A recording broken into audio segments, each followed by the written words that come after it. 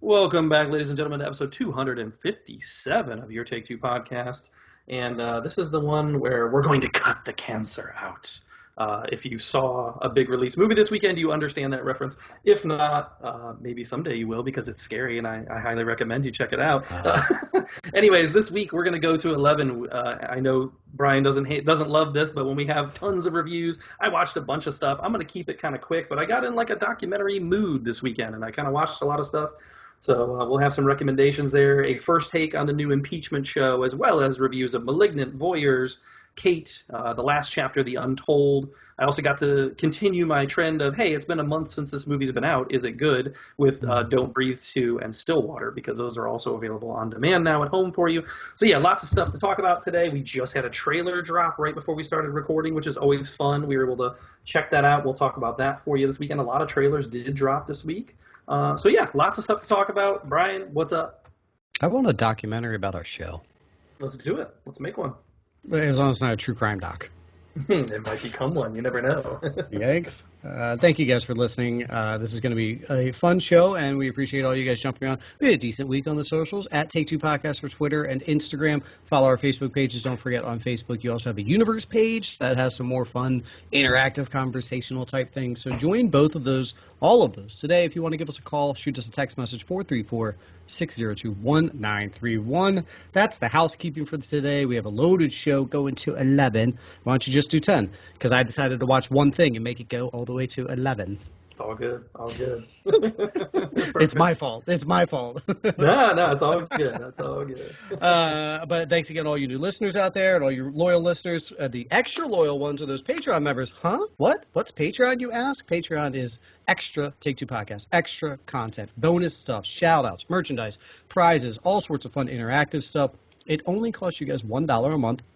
Or more. You choose 4 different tier levels, but at least $1. You get 2 bonus content podcasts in there, and then a whole other things, like I said, like these shout-outs for Chris Gerald Craig, Roy Ryan Katz, and Vaughn. Saw Vaughn over the weekend, by the way. He's doing well. Yes, he's looking well, and he mentioned that he's been still listening. So, Vaughn, what up? Guys, if you want to be the elite Take Two podcast listeners, it's only $1, and we do appreciate it. And it actually does help our show. We don't just invest that into Tony's hairstyling products. Oh, if you're curious what that means, you got to jump over to our YouTube page, and then you'll be able to see those funny jokes that we make about each other's hair or lack thereof on our YouTube. Here's the kicker. We've put out a caveat, a prize, a incentive, a challenge for you. If you subscribe to our YouTube, Tony has a coffee mug, a to-go mug or a regular mug? Two regular coffee mugs I'm willing to part ways with, but we need to get some YouTube subscribers, we need to get some rates and reviews, or even a new Patreon subscriber. Any of those things happen, your name's going to be put in the hopper for one of those 2 coffee mugs. But we got to get some. Let's get them, guys. Let's get those reviews, the Patreon subscriptions, YouTube subscription. How hard is that? Go to YouTube, put in our name, and just click, bing, give me the bell. That's all you need. And then you have a mug delivered to your home. You are welcome. That's about it, man. You ready to rock? That's it. Let's get into it. The box office results for the weekend, I think, actually encouraging. I was a little worried this week that we would be another down weekend of like, it was great, and then the next weekend is kind of bad. Like, we've had that going as a trend lately. But Shang-Chi wins the day again with another $35.8 million for the weekend. This is now the fastest movie to reach $100 million this year, because I think with the 4-day last weekend ended up being $90 million. So that's pretty awesome. Good. Yeah, pretty good Labor Day they had there.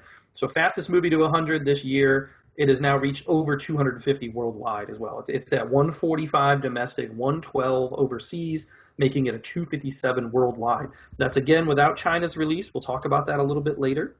Whether or not that will happen, we'll see. This is the biggest second weekend for a film, though, since Rise of Skywalker. Wow. December of 2019, so pre-pandemic era, all good news, all encouraging things there. And this is, as far as Marvel goes, this is a faster movie to reach this number than Black Widow did. It also had a lower drop in its second weekend. Black Widow dropped 67% its second weekend. This was only around a 50% drop for its second weekend. So that's encouraging as well. So Shang-Chi continues to do well. Number 2, Free Guy, made another 5.8. I can't believe this movie is still doing as well as it is. 101.8 domestic, so it's also over the 100 now. 174.9 overseas, so it's actually killing it overseas. It has now made 276.5 worldwide. Pretty good number for them. Malignant came in third, just slightly below Free Guy. That kind of sucks for them. I wish they would have at least got that number 2 spot. I saw a lot of people saying it kind of died and didn't do well, whatever. It made another 9.5 overseas, so almost twice as good overseas what it did here, which is impressive. Interesting. Huh. Yeah, so it's at 15 worldwide for the weekend on a $40 million budget. That's a little rough. I don't know if it's even going to equal its budget in the long run. But this is, again, opening that debate. This was available on HBO Max. Is that why? Did a lot of people watch it at HBO Max? This guy watched it at home. So I'm part of the problem, apparently, Number 4 is Candyman for the week, another 4.8 million, 48 domestic, only 11.2 overseas. So that's interesting how Malignant can do better overseas, but then Candyman does worse overseas. Like, why? I wonder, Is Candyman just inherently a more American story, whereas Malignant maybe plays worldwide a little bit better? As the one who saw, is Malignant a more all-white cast? Yeah. Well, I hate to go down that road, but sometimes. Well, yeah, I mean, that might play into it as well, but yes, that is part of it. I think there's another reason. I'll get into it in my review, so we'll see. But 59.2 worldwide for Candyman, so that's pretty good. They've definitely made their money back, I think. And then Jungle Cruise rounds out the top 5, 2.5 for the weekend, 109.9 domestic, 86.9 overseas. So that one also not doing as well overseas. I don't know, The Rock, you would think he would have pull like that, but I guess not. 196.8 worldwide, though. We already know we're getting a sequel, so it did well enough. The only other major release of the weekend was Card Counter. That debuted at number 8 with a 1.1, so not very good there for Mr. Isaac and Miss Haddish. I did not hear great things in the reviews for that either. I heard Haddish, actually, especially, was getting kind of bombed on for her performance. So we'll see. Maybe she's not dramatic actor yet, Yeah, I agree. One review said something like Tiffany Haddish was trying to just not be Tiffany Haddish. Well, and I saw this was like her first sex scene too. I read. I saw her on some show talking about that. But yes, yeah. I don't know. I saw the bad reviews as well. That's a bummer because we love the Isaac. We'll talk more about Oscar Isaac later, actually. And Paul Schrader, the director, he's had some ups and downs for sure in his career. So like he wrote Taxi Driver, awesome. He directed First Reformed, which was a big movie a couple of years ago with Ethan Hawke. But other than that, he's had a lot of like up and down kind of hits or misses, and he also is not really a well-liked person in Hollywood, is my understanding. He's very like divisive and has said a lot of things that people think are like need to be kind of cancel culture almost. Like he's one of those kind of guys. So gotcha. That might play into it a little bit as well. Yeah. Yep. Oh well, there's your box. Sorry, I'm getting distracted. What's over there? I'm watching my neighbor do some yard work. It's very interesting. I'm just trying to watch his technique here and what he's doing. It looks like he's trying to. Is it Miss Parker? Is this Friday? Are we watching Miss Parker water the rose bushes? Pretty much. But he is a dude. But he's like edging the yard with like hand scissors, I think, which is an interesting technique. Does he have the ruler? He's like had the ruler for. I feel bad because he's like 60 years old. He's bending over and doing that. Whatever. You good? Okay. Yeah, you need some help. I'll send my son over after school. I'll send my son. He'll have his heart attack by then. Great. Yep. All right. Good gracious. It's weird because I keep seeing you look that way. Well, what does this guy do? Well, but I keep looking that way. I see you looking. I'm like, what's over there? I don't know. What's over there? Okay. Again, folks, subscribe to the YouTube and you'll get these hilarious jokes and little nuggets that we're throwing your way. All right. Box office, of course, that's one of our favorite segments that we do. Let's move along to something that drops every single Thursday, and that is the poll. Let's hear those poll results. Yeah, the poll results were a little light this week. I don't know if people don't know James Wan. I was kind of assuming that he was one of those directors now where maybe people know him or know his style or his movies. So I was like, let's see what your favorite James Wan directed film was. And he's directed some bangers, to be honest, in the last 20 years. Some pretty important films. So Saw was his, a pretty big, kind of debut. I think that was his debut directing. So was it really? Pretty big movie there right out the gate. Wowzers. He's also dipped his toes into the Furious franchise. Furious 7, I think a lot of people would say that's probably the best one. So there you go. And then Aquaman, dipping into the superhero genre, the DC film. A lot of people liked it. There's parts of it I don't like. Overall, it's kind of fun, though. True. And then I threw in The Conjuring / Insidious, because that's another part of like horror movies that he did. He did both of those, and they're very big. I know a lot of people that watch those yearly, or like the Conjuring franchise itself just became huge, so a lot of good contributions, especially to horror, and that played into the release of Malignant this weekend, which he directed as well. Yeah. But didn't get as many votes and comments as usual. But anyways, the winner was Saw. Kind of surprised me that Saw would still have that much reverence 20 years later. Sure. Especially because a lot of people look at that as like, well, it also opened up that like torture porn kind of world of horror, and a lot of people don't like that. And retrospectively, it leaves people with a bad taste in their mouth, especially films like Hostel and things like that. But Saw was pretty inventive, especially for its finale, and the twists and things like that. So I guess I could see how that won. Conjuring / Insidious came in second with 29% of the vote. That makes sense. I know a lot of people that love The Conjuring, like I said, or even Insidious, people that were really affected by those horror movies. Furious 7, 21% of the vote, and then Aquaman last place, 14% of the vote. That makes sense. That all checks out. A couple comments we did get on Twitter. Epic Film Guy Justin, he said Conjuring 2. He prefers that one, so just giving that extra little bit there, which I agree, actually. That is probably the best one of the series. Okay. And then over on Instagram, Craig said Saw, man, just for that finale, alone. Sure. Has to put it ahead, so that makes sense. But that's it. No other real comments or votes on this week's poll. So check back Thursday. I'll have another one for you guys, and please step up those contributions. Facebook, where you at? Step it up. Yeah. Saw got my vote for the exact reasons that Craig said. I mean, You know what? I don't even think I voted on my own poll. Oh, well. Maybe I'm part of the problem again. Where would you have voted? Yeah, maybe Saw. Maybe you're right. Just I don't know. It's like become a classic in a way. Yeah, and so I was listening to some pals of ours talk, and they rewatched Saw, and came right out and said it has very little minimal rewatchability. Like, really? Okay. Not holding up very well in today's market of like, oh, that wouldn't happen now. But maybe because it started that gore porn now, and it just has so many sequels, too many sequels. Yes. Yeah. Well, and it, then the guy had to saw his arm off. Now it's like, all right, that happens to open the scene. The movie. Yeah. Like now we get these We've so many movies. up. Like, yeah. We've been jaded to that. But yeah, the first time watching Saw, my jaw was on the floor. So that was easily what I did. I'm surprised nobody voted for the one episode of MacGyver TV series that he did. Oh, did he? That's funny. I didn't even know that. You were right. Saw was his first ever feature, which that's a hell of a directorial debut there for that. Yeah. Yeah. So awesome. And that's why he's still like a go-to horror guy, Sticking with the horror from him, you saw Malignant. There was 0% chance that I was going to watch it, but I'm glad that you did. I saw some back and forth reviews. I was trying to pay attention. I saw mostly positive. I saw people saying like it's good, and then it gets crazy, but you're already invested. Yes. So I don't want to take away your review, but is that a line too? No, that is definitely in line, and I've kind of been following some people that I trust and I appreciate their opinions, and they're kind of in line with me and also appreciated it and liked it. But you're spot on. The last third of the movie, the third act of the movie, just goes batshit over the top, insane, and you're like, I'm in, like you said, I'm invested. I'm here. I'm in this world already, and I'm going for it. I love it, and I think he did some crazy things here that paid off in a big way. Like I said, the opening sequence is where I got my line from to start the show here. You start off with this sequence of this crazy stuff going on in this hospital. And there's something going on. Electricity's being, manipulated, and people are getting offed in this hotel or hospital room, whatever. And you see this doctor saying, "You've been a bad boy, Gabriel. It's time to cut out the cancer." And it's like, what the fuck am I watching? Right off the bat, it just kind of starts with this craziness, and I loved it. Right there, I was like, "Yep, I'm in." Right off this opening scene.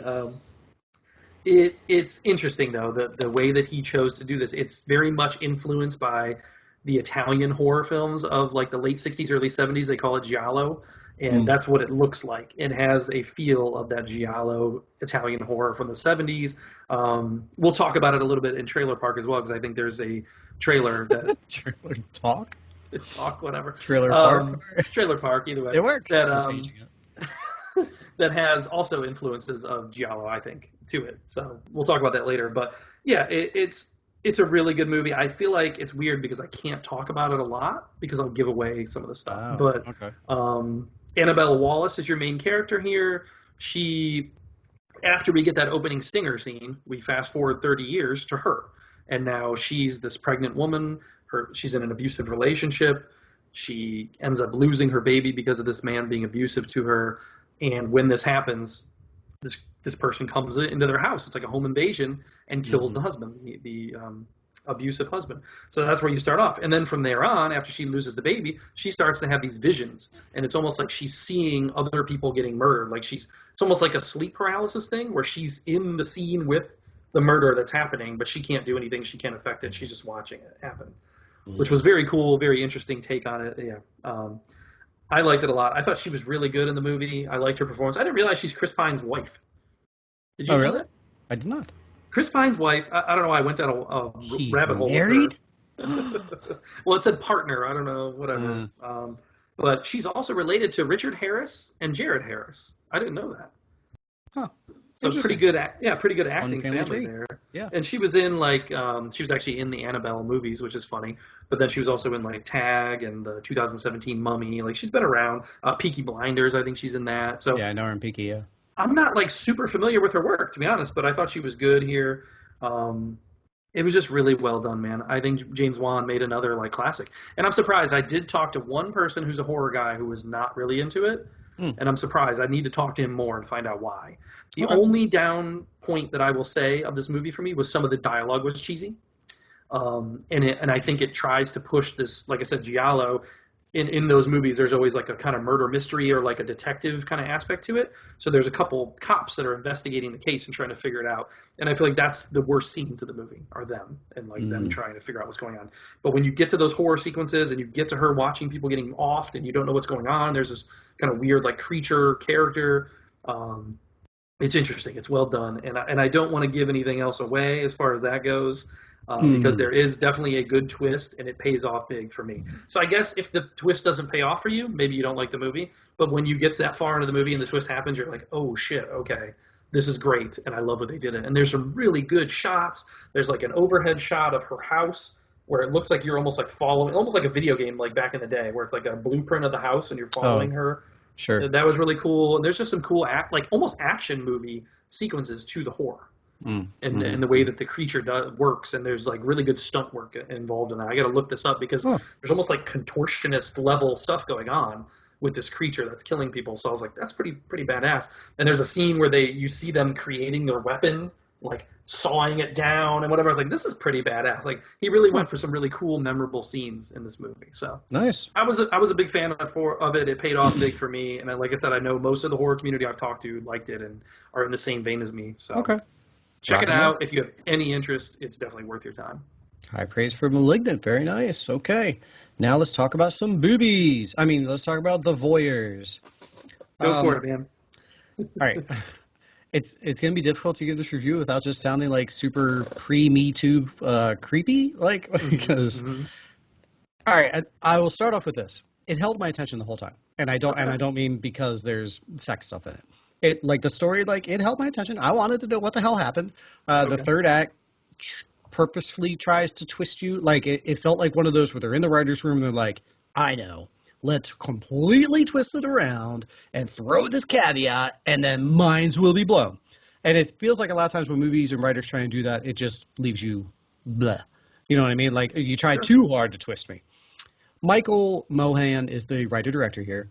If I can just give you a few of his previous films. He's only directed 12 things. I was going to say, I don't recognize his name, so go ahead. Well, I feel if you watched any of his work previously, maybe you only watched the first 4 minutes.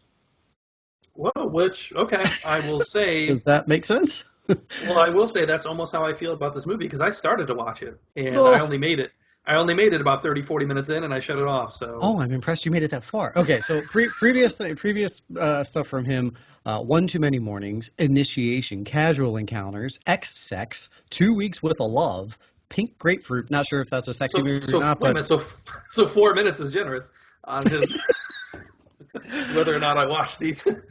I will say this. The opening to me was we get Sydney Sweeney and Justice Smith, or this couple, they're moving in. Their chemistry in the opening scene was so god awful. Yes, I thought, why didn't they? You know how you hear how actors will go out drinking for a night when they first hang meet, out together, sure, go party, build that chemistry. They did not do this at all. You could tell it was almost like they met that day. I was like, and I wanted to kind of be harsh on Sydney Sweeney because I feel like her performance showed that a little bit more. Mm-hmm. But I don't like picking on her because I do like her, and I think I've seen her in things that I do like. Yes. But this seemed a little rough. Like she was trying too hard to make it happen. And then also, Justice Smith seemed like he was, hey, I'm a man now. I'm not the guy from Pikachu or Jurassic Park who had a bitch voice before. Like, where did that come from? That is no way his voice. He's putting that on 100%. I was waiting to at the side, like he had the Val Kilmer thing to his neck. Like it didn't even match his skinny frame or whatever. No. So I'm with you there. You know, Ben Hardy, Natasha Borghese are the other main actors in here. Ben Hardy, phenomenal looking body, and it is showed off throughout the thing. Either way, guys, the movie is they move into a new apartment. They can see across the street. The guy's a professional photographer. Ben Hardy plays a photographer. He's taking pictures of models, but to get models more comfy, he takes off his clothes. That gets them to take off their clothes.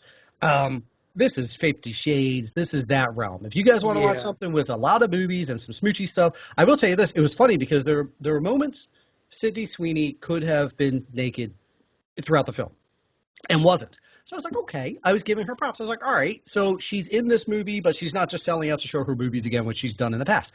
Cool. But then it builds to this huge smooch scene with her later on. And it is a raunchy, like it had to have flirted the NC-17. Yeah. So it's about the hour and 15-minute mark. No, but I was almost like, oh wow, okay, so Avengers Assemble. This is her big moment of this huge NC-17 flirting type thing. So folks, if you want to sit down as a couple and kind of help yourselves be in the mood, it has a voyeurism. It's a lot of sexy stuff and talks about. You know, they asked Siri how many couples are into open relationships. Apparently, it's over 15%. I'm in the 85%. Sorry, I've tried. But the movie, it's just not, it held my attention. That's the best thing I can say. I wanted to know what happened at the end. It twists you at the end to make it, like, thrillery. And you're like, oh, what?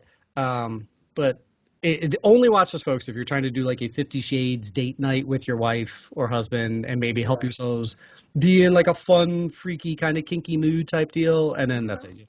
Yeah, but isn't Justice Smith's voice just going to take you out of that every time? Because he's like, oh, babe, should I manscape? It is, and I was like, ugh, shut up. Well, one, the answer, Justice, is yes. Trim that up, pal. You got to trim the bushes, make the oak look taller. Anywho, that's it. There's nothing more to say about it. It's like a 5 rating on IMDb. I was like, wow, that's generous. Maybe I'll finish it anyways. I'll still finish it because I feel like I'm like a completionist and I need to get through it.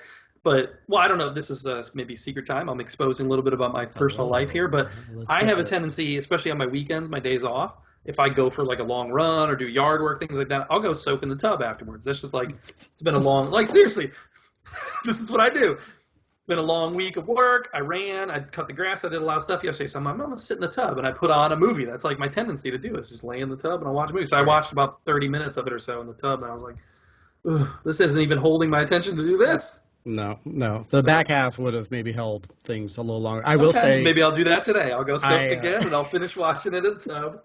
Check our Instagram later, folks, for some good content. I will... This review has gone too long. I will say I did start watching this film at work, but then it got a couple of scenes where I was just like, okay, no one's looking over. What? There's someone watching. You get some of the booby scenes, and it's like... And folks, it's not just boobies. There's some really good-looking, muscular men in this, too. No dong, though? No dong? No, sorry. Right. There's like a quick turn by Ben Hardy, and he's not Hardy, whatever the hell he's not Hardy enough for you. There goes my tub now. Now you ruined it. Okay. Sorry. Let's move on. You watched Kate, please. I did watch Kate, and I kind of was hoping that you would have watched this one. This was the Netflix new release of the week. This movie's okay. Okay. I'm gonna go down the middle on this, like a 2.5 out of 5. I kind of maybe had a little bit higher hopes for this one. The trailer looked cool. It looked kind of like stylish, really inspired of like it takes place in Japan and just the way it's shot is really neon and had a cool soundtrack to it, little Japanese rock, things like that. And I was like, all right, this could be fun. Directed by Cedric Nicholas Troyan, who did Huntman's Winter War or whatever. I don't know. The Snow White sequel.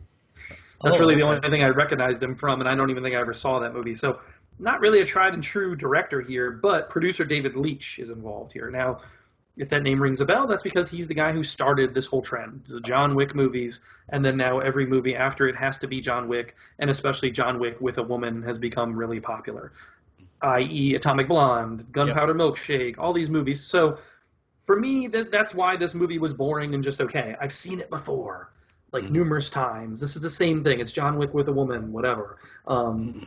I'll give props to Mary Elizabeth Winstead. She does a pretty good job selling it here. She has some good action scenes, some good fight choreography. There's actually couple cool scenes. The way it's filmed was nice. There's one scene where she starts the movie. She has a ponytail and she's fighting, and this guy has a knife and kind of like grabs her, and she like cuts her ponytail with his knife to like get free from him. I was like, oh, that's kind of fun. Like I haven't really seen anybody do that in a movie, you know? Yeah. So there were a couple cool things like that, and like I said, it was at least inspired the way it looked in Japan and all that, but overall it was just very rote and what you expect out of a movie. Like, oh, this guy's gonna be bad. Here's his monologuing scene. This is your twist. Oh, I befriended a little girl who I killed her dad, and now I'm trying to take her under my wing. Yeah. Whatever. Like there's all these like almost Mad Lib. Like this is what we need to do to finish this movie. Sure. I will give props to that little girl. She's actually 16. Miku Martineau is her name. I haven't really seen her in anything else, but she does a good job here. Good kid performance. Sassy little teen kind of in the movie, and I like that. I thought she was good. Yeah. So it's just okay. You're not going to hate your time with it. Okay. It's a quick, easy watch on Netflix, but it's not amazing, not masterful. And like I said, I'm just kind of tired of this genre of like John Wick style films, and especially now we're doing it with females. Cool. And it's always the same people involved, you know. Gotcha. Woody Harrelson's in here too. Not a huge part though. He's kind of barely in the movie, really. A little bit more in the third act, I guess. But yeah, it's fine. Like I said, Mary Elizabeth Winstead is one of those. She's kind of interesting to me. Like I like her, but I don't really see her in that much. Yeah, I would say that when I saw she was in this, I was like, oh, I like her. And then I tried to name 4 movies of hers, and I was like, wait, let me think. It's hard. Yeah, exactly. So, besides Scott Pilgrim and like Death Proof, I remember right. in those. Maybe that's really it. I don't know. Either way. Okay. Well, all right. So we're on the positive side of the middle. Yeah. I would say don't, put it on Netflix. You can kind of look at your phone while you're watching it. Put it on that 1.5 speed, maybe even just to like get through it. But it's not horrible, but it's all right. It's all right. Very nice. Okay. Here's where I did fail you, is I have not caught up with the Untold series, as you have so much. I can't sit here and say that I'm a big sports guy anymore because I'm missing out on these untold sports stories. All right, but part 4, tell me about it. That's probably why you didn't watch it, because it was a big sports weekend, football back. You got your fantasy football, you got your Yankees playing the Mets, all that stuff. You were busy, I'm sure. So. And I could have skipped all of those hours of watching thanks to the final scores of those games. Yeah, same here. My weekend wasn't good either. So. Your game was good, though. I flipped over to your game. Game was good, but it was a loss. Both ends, both college and pro were losses. Did you get the thing I sent you about your band guy falling down? Oh, I think I sent it to you on Twitter. Your band leader, the guy that leads the band onto the field with the big top hat, he tripped on his way out. But he recovered beautifully. I didn't see that. He face plants, doesn't roll, and just like bounces back up and then back on the hat. Oh, it doesn't move. It's great. He was a pro. All right, I'm sorry. That was a total divergent there. Sorry. That's all right. Back to sports on Netflix. Breaking Point was our 4th chapter of the Untold series. This is the one that focuses on Marty Fish. Starts off with like kind of his 2012, I think it was, mental breakdown that he had at the U.S. Open and basically walks away from tennis. I wasn't really familiar with Marty Fish. I don't remember him being a thing. And I guess this is because I've always kind of been like ancillary as far as following tennis. Like I kind of watch it here or there. I'm not a huge fan, but I remember there being around this time more your Novak Djokovic, your Federer, those guys coming out, Sure. Nadal, Rafael Nadal, Agassi was retiring, all that kind of, Yeah. So it gets into that in this documentary where this is kind of the time where the rise of these guys are taking over, and U.S. tennis had kind of had a dominance up to this point, and it's gone now. Basically, there's really a non-existent program, really still to this day. Sure. And it's fine. It's fine. Untold is fine. I've been up and down on all these episodes. Out of the 4, I'd say 2 of them are must-watches. I feel like you could skip this one. You could skip Caitlyn Jenner, whatever. So, yeah, I don't know. It's fine. It really gets into the discussion. I guess it's timely in that way. The discussion of mental health. So you've just had Simone Biles. You had what's her name, Naomi Osaka, like stepping aside because of mental health issues. Maybe they wouldn't have felt as comfortable doing this if somebody like Marty Fish hadn't been around and already kind of done it. So in that way, it kind of does open that door, and it's a timely conversation, I guess. Sure. Other than that, it's nothing. You could skip it unless you're a hardcore tennis fan or you know a lot about Marty Fish and enjoy his story.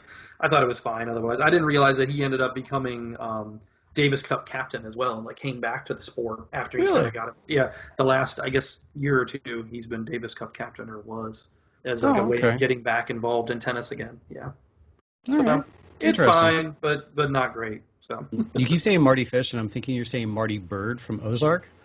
I would So, rather watch that documentary. yeah, exactly. All right, now I am intrigued because I've heard some wild things about Don't Breathe Part 2. Okay. The wild things I'm going to say about it are it sucks, so don't bother watching it. Okay. Um, I am not a fan. I was a huge fan of the original. I love the original. I thought it was like kind of groundbreaking and unique and really an interesting film. Stephen Lang gives a great performance. Really like the first Don't Breathe. If you haven't seen it, go watch it. This one is a sequel, I guess, but not really. The only thing that's a sequel about it is it's the same guy that's back again. But Mm. this one picks up 8 years later, and he now has this 11-year-old daughter who we've come to find that he just basically picked up off the street and like adopted her. And it's like, okay, well, how does this connect? It doesn't connect to the first movie at all, besides it being the same guy, playing the blind man, Stephen Lang. It's directed by Rodo Sayagues. I probably murdered that name. It's his directorial debut. He actually was involved in co-writing the screenplay and worked with Fede Alvarez, who was the director of the original movie. So it was kind of like Fede wanted to come back and do it and just gave it off to a different director, one of those kind of things. Mm. I don't know, man. This is a terrible idea for a sequel. I was very let down. Everybody in here is like, there's nobody worth caring about. None of the characters. They try to make you like redeem the blind man and make him into like this anti-hero, but I wasn't feeling that. And all the other people in the movie are disgusting because you come to find out the girl that he adopted is because there was like a house fire and he thought the parents were dead. Come to find out now, years later, they're come back looking for her. They aren't dead. The Mm. reason the house was on fire was because it was a meth lab explosion. So they're like wanting their daughter back, but they really want her back to steal her organs to save the mother. And I'm like, what the fuck is this? This is a stupid movie. Sucks. Yeah, don't watch it. It's not good. How Just does watch that the come up original. in how does that come up in combo? Like, Well, it's weird because they try to make it seem like they're there for like, oh, we're here to get you. You're our daughter, whatever. yeah. But then they're like, by the way, your mom's dying. We're gonna need your organs, and they like strap her to a table, and they're like, we're gonna have to do this while you're awake too. And I'm like, what the fuck? It just seemed like they're trying to do like shock value for shock value, and it just wasn't my bag at all. I didn't like it. I'm interested to see if anybody else did see it and really liked it because I was totally checked out on this one from like minute one. I mean, Stephen Lang is great. I like him. I like the character, but unnecessary sequel. Just watch the original. Leave this one on the shelf. Alrighty. How about Stillwater? Stillwater. Stillwater is an interesting movie. This is the Matt Damon one. This is a lot of people say it's basically ripping off the what was the girl that went to Europe and got convicted of murdering her roommate? Yeah. Can't remember her name, but it's basically that story kind of. Oh, okay. Abigail Breslin plays Matt Damon's daughter. She's in France, locked up for murdering a roommate or whatever. So it's somewhat inspired by that story. Matt Damon plays this very like roughneck. I'm in Oklahoma. I got an accent. I'm a country guy. I'm a Trump supporter. You know, one of these guys. And he's going over to France periodically to help his daughter and try and help continue the case and get the police to investigate. Oh, there's these different leads and whatever. So he's trying to help get his daughter out of jail, and that's why he's doing it. So in a way, it's like fish out of watery. Like, oh, we get this rough American Trump guy going over to France, you know, whatever. Gotcha. And he meets this woman played by Camille Cotton. She was in Allied, Killing Eve, and she's going to be in House of Gucci. She's a pretty good actress. So she becomes his helper in France. Like, I need you to help me interpret and things like that. So, and then they kind of develop a relationship. She has a kid as well that he like kind of takes under his wing. And in a way, it's almost like, I don't have my daughter anymore, so I'm going to help you with this girl. Like one of those kind of things. Or maybe like make up for me doing a bad job as a dad when my daughter was younger kind of thing. Good kid performance. I didn't write down her name, but I will give the good kid performance good as well. You know, Abigail Breslin, pretty useless in this movie. She's only got a couple scenes where she maybe does anything, but she's very underused. This is directed by Tom McCarthy. He did Spotlight, so you're expecting something who's like Oscar-y, you know, to some extent. Which, side note, I didn't really realize. Did you know this? Tom McCarthy, the director of Spotlight, Oscar. He's won an Oscar for like screenplay, all that stuff. Film was nominated for Best Picture. That's Dr. Bob from Meet the Parents. That's who Tom McCarthy is. Really? I didn't know that. It is. Hang on, I'm pulling them up right now. You're absolutely right. I was like, wait a minute. I didn't know that was the same guy. Wow, good for him. So anyways, a little sidebar there. But, Nice. you know, This movie's a little too long. It's a slow burn. It's 2 hours 15. Ooh, The yeah. first 90 minutes of it are kind of slow, and there's a lot of time of just like, oh, I'm in France, I'm fish out of water, I'm trying to find stuff, whatever. They could have trimmed it up and tightened it up a bit, and it would have been better. I will say the last half hour or so was more intriguing, and it kind of got me like, oh, okay, they're doing something interesting here. But it's also like morally ambiguous, and there's a lot of questions of like, well, did she do it? Did she not do it? Because we get her out of jail in the end, spoiler alert, but you're kind of still not sure whether or not she's bad. And then also Matt Damon kind of has like a little bit of like moral ambiguity to his character, and it's like, I don't know if I love that aspect of it. So the movie was just okay to me. I don't think anybody's going to remember this come Oscar time. This isn't anything amazing. So very forgettable probably in the grand scheme of things, but a decent watch. Amanda Knox was. There you go. That's the case. Yep. Also, I would like to apologize to all of our Oklahoma listeners who are not Trump supporters. We still like you. The one. Thank you for listening and your one download. Speaking of Trump, you watched a show about impeachments. I did. That was a great segue. Come on. Good segue. That's why you're here. See, I don't get you to watch anything, but you're here for the segues, baby. Thank you for that. I kind of feel weird doing a first take on this show because we only got one episode dropped so far. Okay. And I was actually kind of mad about this because every other show that's on FX has been doing this FX Hulu thing, right? This show, not available on Hulu. I had to go download the FX app to get this. Like, I think it's because Ryan Murphy has a deal with Netflix because the other two crime story shows are on Netflix right now. You can stream them on Netflix, and they're not on Hulu. So maybe it has something to do with this brand in particular, this American Crime Story brand, that they're not doing it as the FX on Hulu. It's like a deal. And then this, once it's done showing on FX, it must be going to Netflix is probably what it is.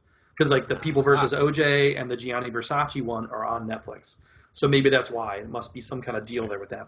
But I was kind of mad at the inconvenience. I was like, I just want to watch it on Hulu. Why isn't it here? You know, we only got one episode so far. It's a little slow, a lot of character building and introductions and stuff, so whatever. Beanie Feldstein seems like she's going to do a good job doing Monica Lewinsky justice, doing that character justice. I like seeing her take on a role like this. I've only really seen her do comedy, so I'm intrigued. Sarah Paulson plays Linda Tripp, which honestly, from the trailer, I almost didn't even realize that was Sarah Paulson. They did a good job of like makeup and hair and all that on her. I will shout out a couple other performances. Anna Lee Ashford is playing Paula Jones. So they're kind of expanding the story and showing a lot more than just Monica. They're showing the Paula Jones. They're showing a couple other people who were also accusing Bill Clinton at the time. Yeah. And she does a great job. The first episode, she steals the episode. She's the best performance so far. Nice. And then also Kobe Smulders shows up for like one scene playing Ann Coulter, which I thought was great. She did the one scene I saw her. Yeah, that's right. Yeah. I was just saying we do that in casting, but yeah, wow. Okay. Yeah, so the one scene I saw her in, I was impressed, and I'm looking forward to meeting more people along the way. This story is pretty known to our age, our generation of people. So I'm hoping maybe they'll show me some stuff maybe I didn't know, and also just make it an intriguing story. But so far it's been kind of slow, just character building, only one episode. Edie Falco is playing Hillary Clinton.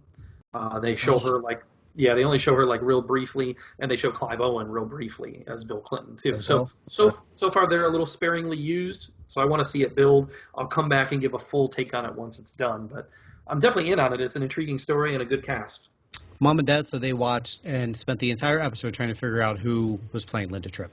Yes, right? They did a good job making her. And at the end, they looked it up at the end and they were like, what the heck? Did not realize that was Paulson. So, okay, very cool. Lula Rich. This is another one, man. I wish you would watch this because I had so much fun with this. What's the song? This is on Amazon Prime, and it was actually 4 episodes. I thought it was just like a one-off thing, but it was 4 45-minute episodes. Mm-hmm. So maybe a little long, a 3-hour investment to learn about some leggings. But look at this. I actually had my notes here. I was taking notes as I was watching it, and I was writing down all the shit that I was like, I didn't know that. I didn't know that. This is intriguing. Holy shit. I didn't know there was so much to this story. So let me give you some of the highlights, because I found this insanely watchable. I was just like, I got to watch the next step. And listener Craig, I'm going to call him out a little bit because I texted him after I finished it. I said, man, watch that Lula Rich if you get a chance. It was really good. He said, oh, I watched it tonight too. We both watched it at the same time, didn't even realize it. And it was the same night as I think his little Wu-Tang Clan show was on. He's like, I didn't watch the Wu-Tang Clan show because of this. And I was just so invested in it. I was like, yeah, it's good, man.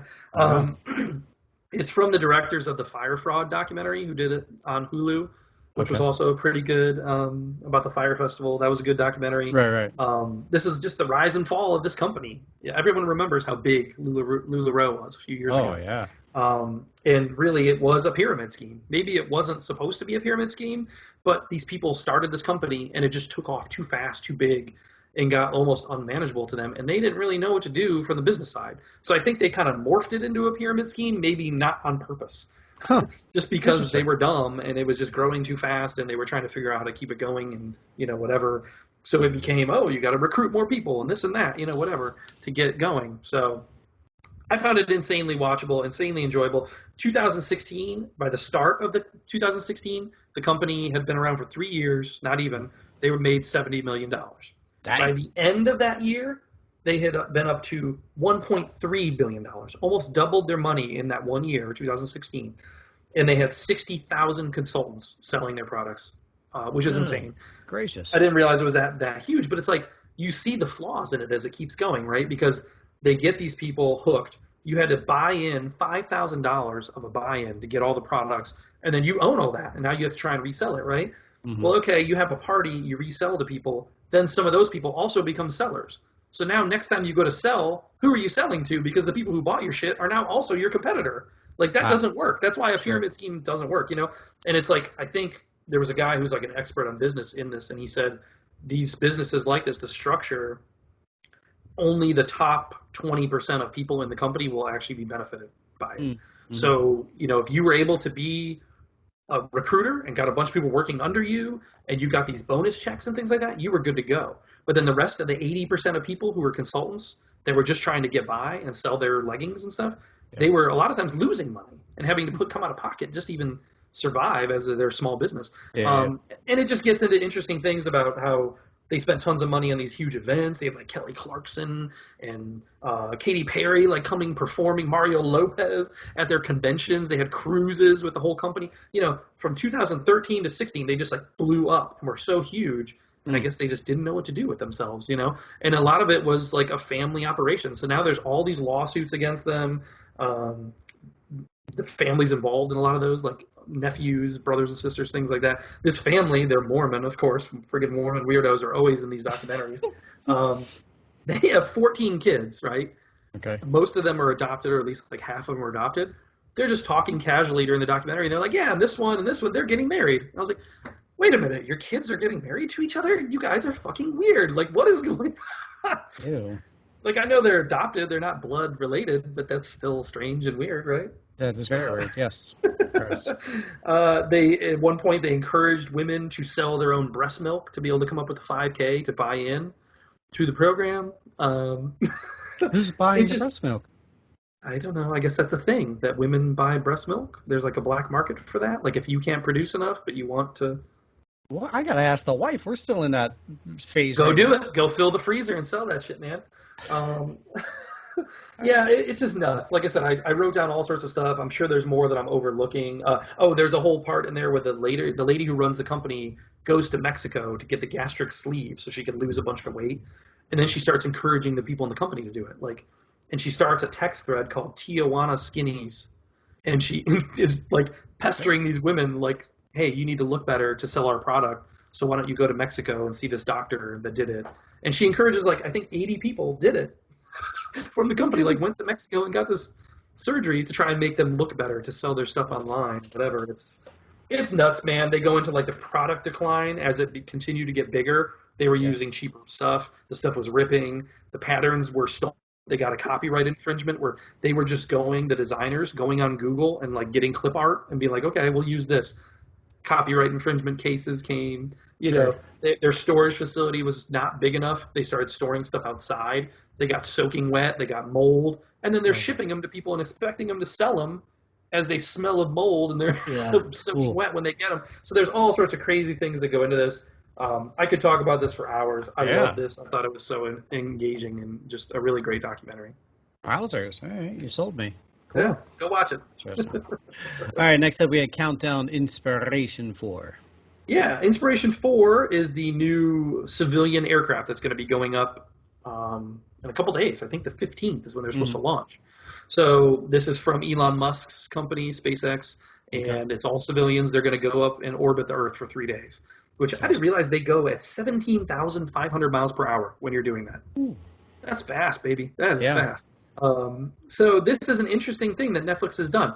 They teamed up with Elon to do this Netflix documentary. They've recorded 2 episodes so far, just getting into the crew. So basically, the first 2 episodes are all like introducing the crew, explaining the mission, whatever. Then the next 2 episodes are going to be, I think the next one drops today, and it's all pre-launch, showing their training, and like we're ready to go, like where they are right up to the launch.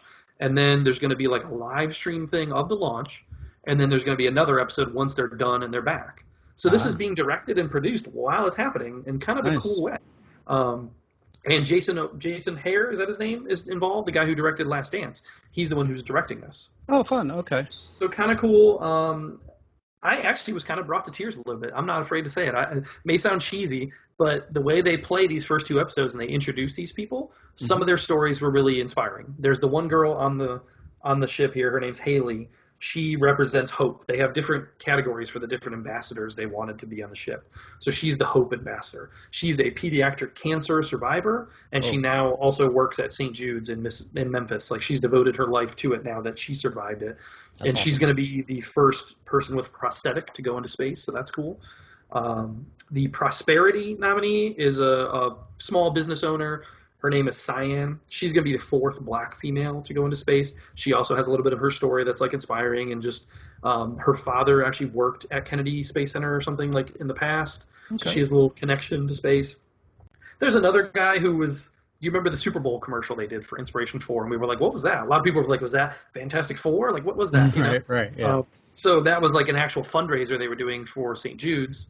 So they're using St. Jude's as a fundraiser to get this mission off the board. So somebody that donated to it was able to win and be able to go up in space with them. So he's the generosity candidate. They don't really get into his story a lot, I guess, because he doesn't have any kind of ties to space or any like sob story, backstory to him, whatever. I cried at the end of Apollo 13. Does that count? And then the pilot himself is actually a billionaire as well, and he has some experience with being like a jet pilot and things like that. So I didn't feel as much for his story, but it was interesting to learn about all the candidates and who's going up there. And then they, of course, kind of weigh in like, well, there's risk involved, and they talk about Challenger and things like that a little bit too. And it's like, and you see the families and they're worried, and they get into that a little bit. So now he's cutting the grass. By the way, I'm watching him. Updates. Yes. So anyway, I like it. I think it's a unique take on a documentary. I watch, the first 2 of it are available now, and then the way they're doing it with this pre-launch, post-launch, and doing it while it's happening. Like, what if something does go wrong? Sure. That'll be interesting, So I'm looking forward to watching the rest of it and how it unfolds. Interesting. Okay, more Netflix, more documentaries. This one's in black and white, though? This is the Blood Brothers, and this focuses on, this is the story of Malcolm X and Muhammad Ali, and their kind of friendship building, and then an eventual fall away from being friends. So it was interesting. I guess I didn't know so much about their backstory. I watched One Night in Miami, and of course we know that story, and they do touch on that in here about their meeting in Miami and all that. But it starts with Muhammad Ali in the 1960 Rome Olympics, I think it is. Okay. And he is secretly already in the process of kind of like becoming Muslim behind the scenes. And he was really encouraged by the Olympics and going over there and seeing how black people weren't segregated and they were treated like regular people in other countries. Why doesn't that happen in the U.S., And that started his kind of road of like, I want to make a change in my country and for my people. And that's when he meets Malcolm X, is during this time, and they start to build a friendship, and he's trying to help him, encourage him to becoming Muslim, all that stuff. That's when the One Night in Miami happens in 1964. However, during that time, he becomes closer with Elijah Muhammad, who is the kind of head of the Muslim church. And Malcolm X, his views get a little more radical, and Malcolm X kind of goes away from Elijah Muhammad, and they kind of have a falling apart. So then it also leads to Muhammad Ali falling apart from Malcolm X. So they get into their friendship, their building of the friendship, and then also their rift that kind of goes there. And it's intriguing. I guess I didn't know all the story behind them and the eventual, fall down. So it's all right. It's an all right watch. It's on Netflix. If you're intrigued by Malcolm X and that history, that time, and Muhammad Ali, give it a watch. Sure. It's not bad. Yeah. All right. Netflix and chill is what we're doing today because we have a lot of Netflix. I did. I watched a lot of documentaries this week. Sorry, that's just who I am. That's quite all right. The other one I got into was called The Women and the Murderer, and this is 90 minutes, kind of a quick watch on Netflix as well. True crime. So, Chris, if you're listening, this is the true crime corner for you. This is a hunt for a serial killer in Paris called Guy Georges, which I was not familiar with his story. He basically raped and killed 7 women, at least, between 91 and 95, kind of the early 90s here. The interesting thing about this documentary is it's told through women only, basically. You have one of the victims' moms, and the police chief at the time in Paris was a woman. So it's all told through their perspective and their efforts to try and find this guy. And so the first half of it is all about the hunt to find him and get him arrested, and they do. And then the second half is all the court stuff. And then when we get into the court, we're told the story through the lawyers and journalists, and those are all women as well. So it's basically told totally through women, doesn't give the murderer anything. Like, we see him, but we don't see him talking. Like, no time is given or respect to him at all. It's just like, fuck him, let's hear the women's side of the story. So I thought that was cool, the way that they did it and the way that they approached the production of it. And it's really a story I didn't know. I wasn't familiar with it. So that's always fun to learn about a new kind of true crime thing. So, yeah, if you're into it, it's obviously, I watched it dubbed since it is French or whatever. So, gotcha. Decent, quick little watch on Netflix for your true crime aficionados, Women and the Murderer. Brilliant. There you go, folks. There's your 11 reviews. We're going to take a quick breather and be right back. All right, how are we doing? Cutting the grass? Yeah, he's moving on it. It's funny because I think we one up each other. Do you do that? Well, you have fence. I don't have a fence line with him. So this guy and this guy on either side of me will all like play that game. It's like, ah, damn it, he cut his grass. Now mine looks worse, so I got to go cut. And then I did mine yesterday, so now he's like, fuck, I got to get out there. Keeping up with the Joneses, man. Gotcha. Is he electric mower or gas mower? He's a gas guy. He's old school, man. He's out there with the scissors and stuff. He's had that mower since the 80s, probably. Probably, yep. All right, let's get things started off with our casting couch. Casting couch. I didn't have a ton this week, to be honest. 2 things I want to highlight. They were doing the Toronto International Film Festivals, taking off, whatever. So they have a marketplace where they kind of sell things that are going to be coming. And you go there and present, we have this screenplay, we have this director attached, we have this cast. We're going to do production soon and get somebody to buy it, right? So there were 2 big acquisitions this week at the TIFF market. One of them is called Sniff, and this is starring Morgan Freeman, Al Pacino, Helen Mirren, and Danny DeVito. And it's going to be directed by Taylor Hackford. It's supposed to be a noir film. He wants to reinvent noir. He wants to give it a new, kind of like Knives Out did, he said, for like murder mystery. He wants to bring back noir in this way with like a decent cast, almost like your Oceans kind of like level cast, Okay. So this is supposed to begin production early 2020 for hopefully a Christmas release of 2020 is what they said. So pretty good cast there, yeah. Although it's kind of like an aged cast, a very elderly cast. Yeah, you said some old folks there, sure. Yeah, that's interesting. We'll see how that plays out. Then the other one is called Mr. Shaw Goes to Hollywood. And this is starring Dustin Hoffman, Sam Neill, Brittany Snow, a couple other names in there. It's a comedy set in 1933, like Golden Age Hollywood, and it's supposed to be around the making of My Fair Lady. The playwright Shaw goes to Hollywood to make My Fair Lady into a movie, and I think it's almost supposed to be maybe like alternate history in a way, like, well, what if he didn't sell the rights, and what if they didn't make it, like one of those kind of things. So, because Dustin Hoffman's playing Louis B. Mayer, so we'll see. So it's, that Golden Age Hollywood set kind of thing in real life events. Rock and roll. This one I didn't see like a verification on this, so I'm just going to call this a rumor right now. I don't know. But I saw something that said Rosario Dawson and Owen Wilson are possibly joining the Haunted Mansion reboot. We already knew Lakeith Stanfield and Tiffany Haddish were involved. Now I'm seeing these 2 names. It was from a reputable site, but I didn't really see it. I had it too, and I don't know what site you looked at, so that sounds valid. Should be good to go? Okay. Yeah. So I didn't know if we missed something in there or whatever, but I was like, oh, okay, I guess this is happening. Cosmic Books, Dark Gums? No, it wasn't one of those. It wasn't that. All right. And then we have Steve Howey has been cast to play the lead in the True Lies TV series. And he is from Shameless. Fans of Shameless might know him. I'm not really familiar with his work. But it looks like that's coming off the ground now. I know we talked about that happening a while ago. So now they must be moving a little bit closer to it happening. So he's playing Harry, though. He's playing like the same character from the movie. Okay. Rock and roll. And then lastly for me, Billy Bob Thornton has joined the cast of the 1883, which is your Yellowstone prequel. Yeah. And that's set to launch in December on Paramount Plus, whatever.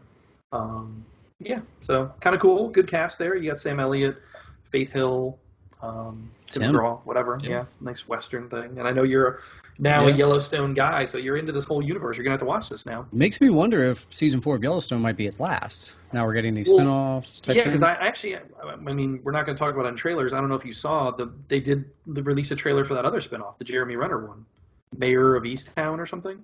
Oh, really? Huh. So there's already a trailer out for that one. So that one's coming as well, too. And, like you said, it's spinning off. So maybe the regular show will be wrapping up. We'll see. I watched a different Jeremy Renner trailer, but we will discuss that. I get that, I will stick with that Yellowstone world, and Luke Grimes, who's on Yellowstone currently, has been cast in Hello Stranger.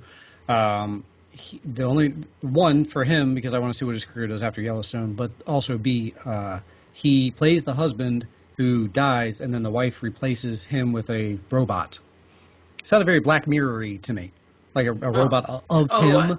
At first, I thought you were talking about Yellowstone. I was like, wait a minute, this is no. Sorry. I was like, is this like Rocky, where they have the robot in part 4? Hello. No, sorry. The actor from Yellowstone. That's how different I was saying. Into that. Gotcha. He's in a movie called Hello Stranger. Gotcha. It just looks intriguing because he dies and the wife replaces him with a look-alike. Okay. Abigail Spencer, we know her from Suits, a couple other things. She's back on Grey's Anatomy again. I just felt like I did Grey's Anatomy last week. Let's add another season 18 casting. Keep it going. For you Suits fans, Patrick Adams was on Suits. He was their lead. He's been cast in A League of Their Own, the TV series. He's not playing the Tom Hanks role, is he? I don't know. Now, here's the kicker. That's a pivotal role right there. It is. I mean, I know it's not the same character, but you want somebody in that coach. That's got to show up at some point. I'm curious how many of the characters from the film we're going to actually see. I would hope none. Well, no, I lied. Because Rosie's in it. We know that Rosie's going to appear, but she's older, so maybe we can bring in Hanks. We need to get Marla Hooch back in there. Marla Hooch.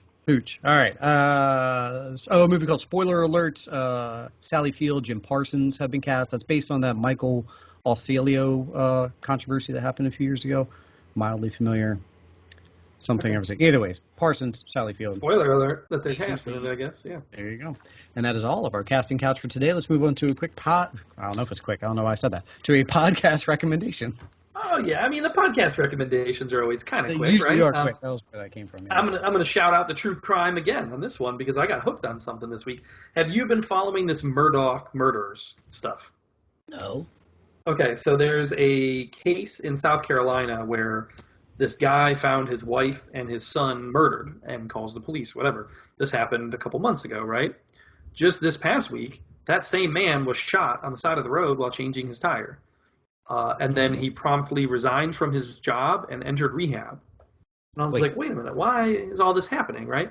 So I started looking into it. There's a podcast devoted to this. It's called the Murdaugh Murders Podcast, run by Mandy Matney, and she is a local journalist in South Carolina. So she's invested in this. She's in where it's happening, and she's been reporting on it since June, I think is when she started the podcast. So she started it before this twist happened. So it's kind of a brilliant stroke for her that all this is still developing. She struck gold. Good for her. Yeah, it's still developing while she's reporting on it. And like I said, I like that she's like your local journalist that lives down there and knows everything, all the ins and outs.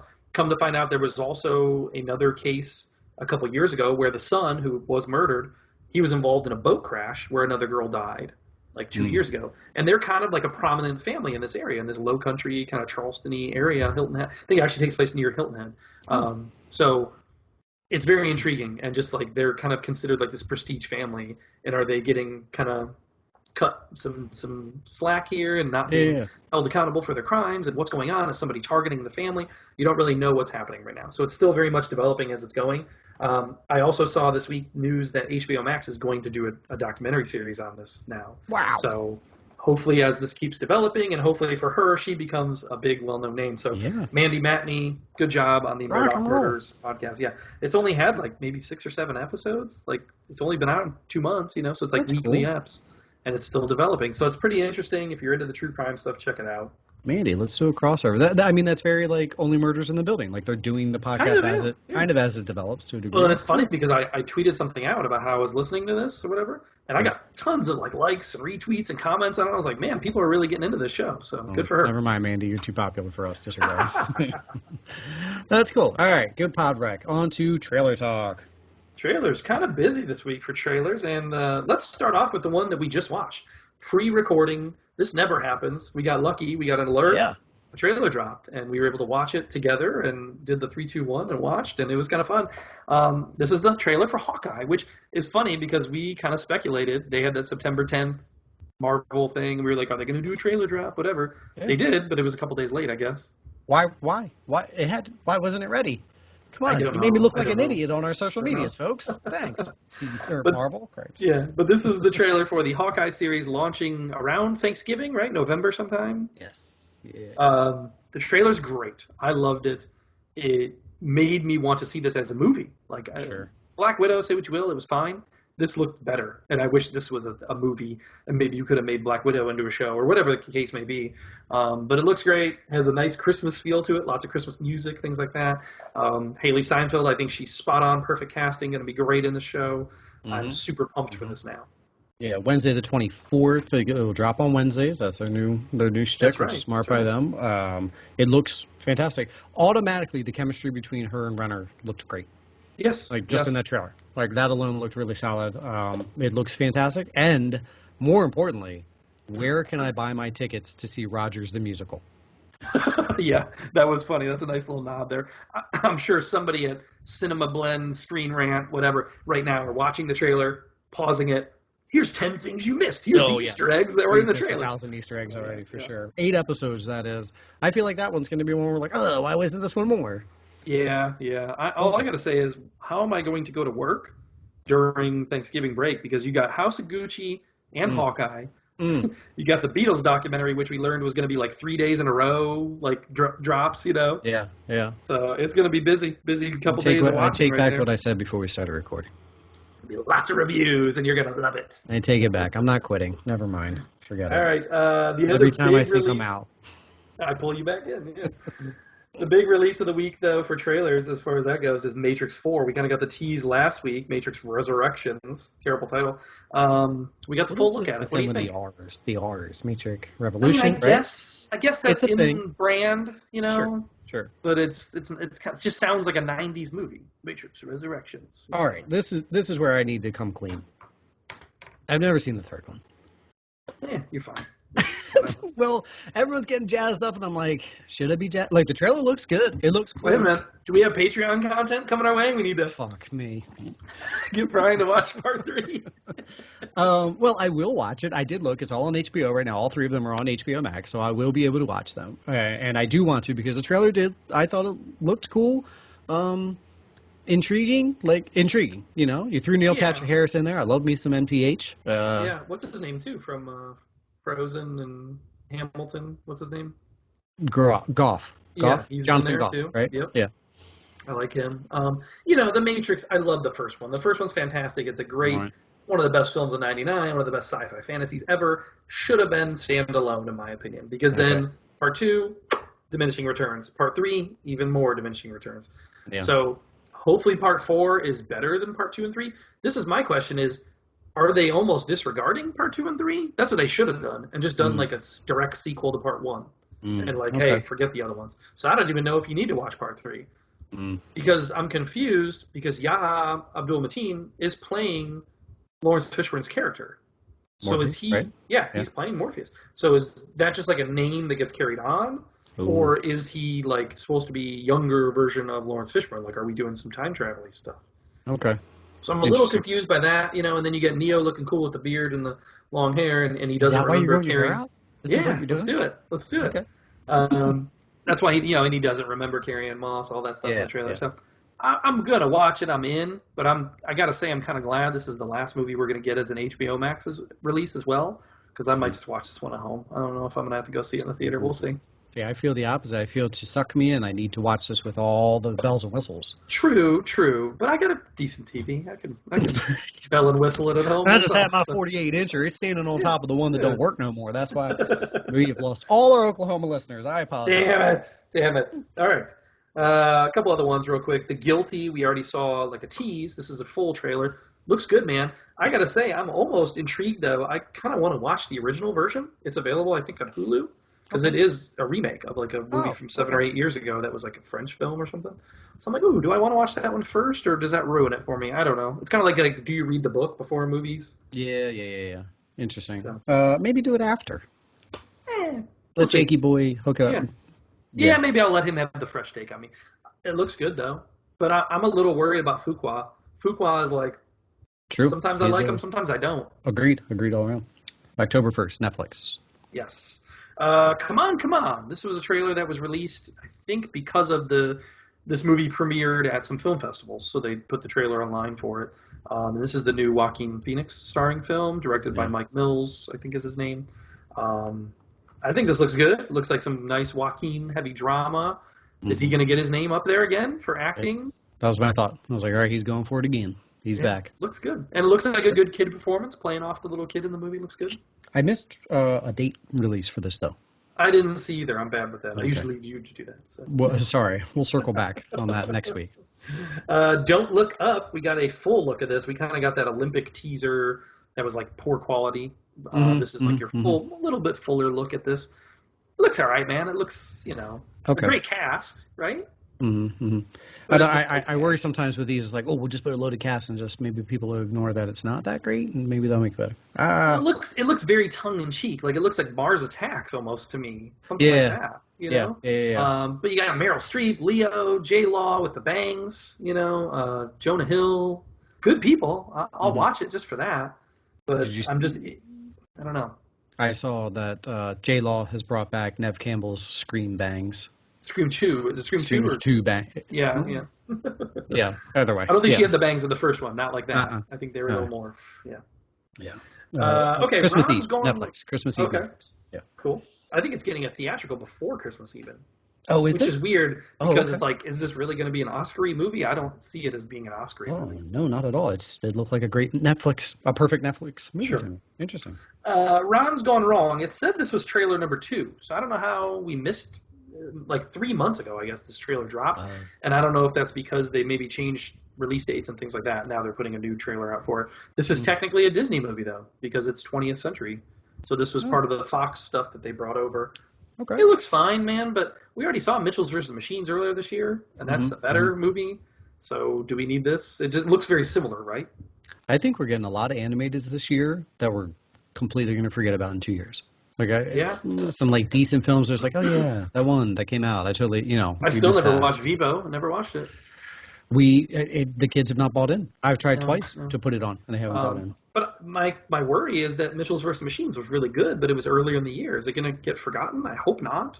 I hope not too, because it was very good. Maybe we're just not getting as many contenders. To what is this? October? Which one's 10? Yeah, that's October. You get like Encanto coming out. Well, Encanto is coming. Yeah. That might be good. This one's 10/22, October 22nd. Then we got a couple second look trailers. We got a second look at Newark, Many Saints of Newark. Look good. I don't need the jokiness though. Like the jokiness at the end of the trailer, like the little zing, Christopher, whatever. Like it felt very like Marvel in a way, where they do that. They like shove in like a joke into their trailer. Sure.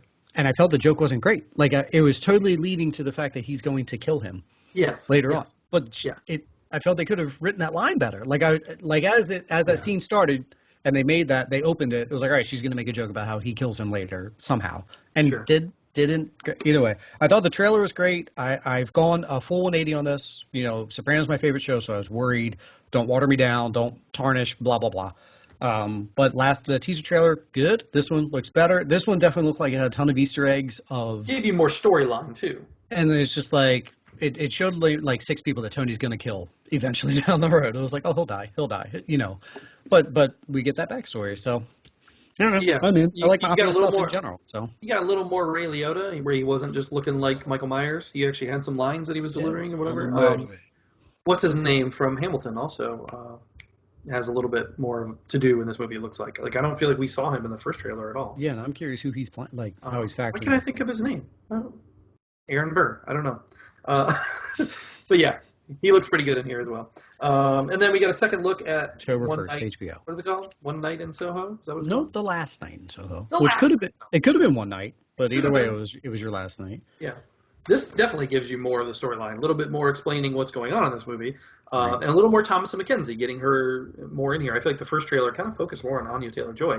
I can't wait to see this. And this looks very much in the style of like Malignant was. That's what I was saying earlier, that giallo feel, just the way it's shot, coloring of it, all that stuff. Looks like a 70s Italian horror movie to me. So I'm in on this. I think it's going to be fantastic. I did hear some early reactions from the film festivals. It's already been shown. A little like on the fence. Some people didn't love it, whatever. But I love Edgar Wright. I'm here for it, and I love both those actresses. I think it looks intriguing. Who is that shows up? Is that Malcolm McDowell at the end of the trailer? At the very end, yeah. So he's supposed to be playing the older Matt Smith? Oh, okay. That was what I gathered, at least. I was like, yeah. Oh, that's interesting, because it's supposed to be like 30 years apart, and she's kind of seeing this murder on. Looks interesting. So I'm in on it for sure. I hope it's good. And that's October 29th. 29, Halloween weekend. Yeah, let's go get scared somehow there. I am a little upset that both you and I could not remember Leslie Odom Jr.'s name. Leslie Odom Jr. I know, and I was a huge fan of One Night in Miami last year as well. But yeah, exactly. He does look good in the trailer. That's back from many sites. Yeah. Yeah. There you go, guys. There is your trailer talk. That's like the most timely trailer talk we ever had. Now, granted, by the time you folks are listening to this tomorrow as we're talking, you'll be like, yeah, I saw the Hawkeye trailer. Who cares? Yeah, who cares about this podcast? For me and you, it was 8 minutes ago, okay? It was great. It was awesome, yeah. Down with trailers onto a What's in the Glass. What's in the glass this week? I'm only going to shout this out just because it's kind of unique. And we've maybe talked a little bit off air. I've been slowly doing the seltzers here and there and like trying to get to like that because I don't just want to drink the heavy beers all the time and trying to be a little bit more conscious of like my health or my weight, whatever, things like that. So I'm like, let me do the seltzers here or there, So I've been trying to find like flavors that work for me and ones that work for me. So I was suckered in by the fall, though, the fall flavors. Bud Light Seltzer came out with a fall flannel pack. So this is their fall flavors. This is the Al Borland pack? So I was like, this is great. I want to try this and check this out. Pumpkin Spice Seltzer. Toasted marshmallow, maple pear, and apple crisp. I was trying to combine maple and apple. Idiot. Yeah, it worked. Maple pear, and apple crisp. I gotta say, 2 out of 4, pretty good. I like the fruit-based ones, your maple pear, your apple crisp. Those are actually really delightful. So I would buy that pack again for those because they have some pretty good taste to them. The pumpkin spice, I'm still on the fence about. I don't know if I like that in like a drink like that. And then the toasted marshmallow is just weird. Like it just tasted like a dessert. Sweet. Yeah. Yeah. Well, so we had like a little fire pit, s'mores kind of thing going this weekend too. So I was like, why not? I'll just drink that, chilling by the fire pit. But check my phone. Did not get texted or invited over. I bet listener Craig did. Okay. Nope. It was very last minute. It was just a couple of my son's friends and people in my alley here. So yeah. But yeah, that was what I was trying out this weekend. Ripped through them. 2 out of 4 were decent flavors. So if you see it out there, it's supposed to be like limited edition fall flavor kind of plant. Yeah, whatever. So, I will say, you sent it to me when you were trying it and the list of the flavors, and I thought they all sound horrible to me. But I was intrigued how they tasted. So I'm glad I will say the 2 fruit ones, definitely worth it. But the other ones, I don't know. Okay. Interesting. That's going to wrap up our second section of the show. We're going to take a quick breather and be right back. Yeah. Update? Do we have an update? Is he done with the grass? He's still working on it. I can hear him. I don't know if our listeners can hear him picking up here. That old gas lawnmower is just chugging along. Love it. That real crime pod rec that you did, or real time pod, what could you, and our lives are not that interesting. No. Well, maybe this is it. Maybe I need to be like Jimmy Stewart and just look out the window and see what's going on all the time. And Your Agatha, maybe this guy's going to get murdered while he's got his grass. I don't know. Give me your Jimmy Stewart. Well, he's outside cutting the grass. Give me your Jimmy Stewart. I got it. I got to think about what he says. I don't know. My Jimmy Stewart bleeds into Bane so quickly. I need a big one. Merry Christmas, Bedford Falls. All right. You beautiful movie house. See, I got to pause it right when you say a big one. I got to pause it. YouTubers are missing the F out, all right? Subscribe today. You get a mug and more. Let's jump on to our Hollywood news. Hollywood news. Let's start off with the sad stuff. Oh, this is a bad one, too. Well, yeah, Michael K. Williams passed away this week. 54 years old, suspected heroin overdose was found in his apartment. Huge character actor. Huge. I don't think people give him enough credit because he's more just TV side. Like, he did some film stuff, but it wasn't really well known. But he was like Mr. HBO, you know? Yes. The Wire, Omar, of course, is his most known character. But then also Lovecraft Country. He's currently nominated for an Emmy. He could win an Emmy this weekend, posthumously, which would be awesome. Boardwalk. I loved him on Boardwalk Empire as Chalky. I thought he was great in there. He was on The Night Of, also on HBO. He did When They See Us for Netflix, which is another great documentary series. Or not documentary, but limited series. And then he also showed his comedic side. He showed up on Community for a couple episodes, and I thought he was great on there. So he's a great actor. I wish he had more time because I would have liked to see him do more. I wish he would have had the success in the film world, and maybe people would know him more. But definitely a loss. I almost equate him to like Philip Seymour Hoffman in a way. Yep. Not because of the drug thing, but just also I guess it's tragic end. It's a character actor. You know, he had some really impactful roles. So never let you down. Always did great work. One of those actors that some folks might not have even known his name. Just like, oh, yeah, the black guy with the scar. He's so good. You know, that kind of thing. And Hoffman got a little more notoriety because he did with the Oscar or whatever. So maybe people knew his name versus Michael K. I spent a lot of time the past couple of days championing Chalky White. Because everybody was like, Omar from The Wire. Omar from, and I was like, guys, yes, Omar from The Wire. But also, he was fantastic in Boardwalk. He was fantastic.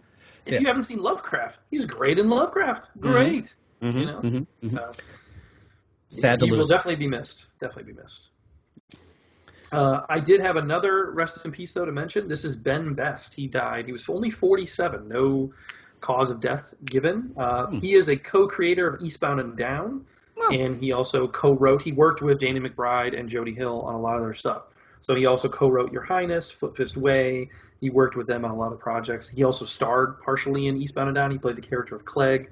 So he's one of those guys, you may recognize him if you see him. And like I said, just if you're a fan of the Danny McBride stuff and all that, he's really been entrenched in that world and part of that crew. So a sad loss, and especially so young. And I didn't see any kind of cause of death yet. It just happened either last night or this morning. So season 1 of Eastbound was great.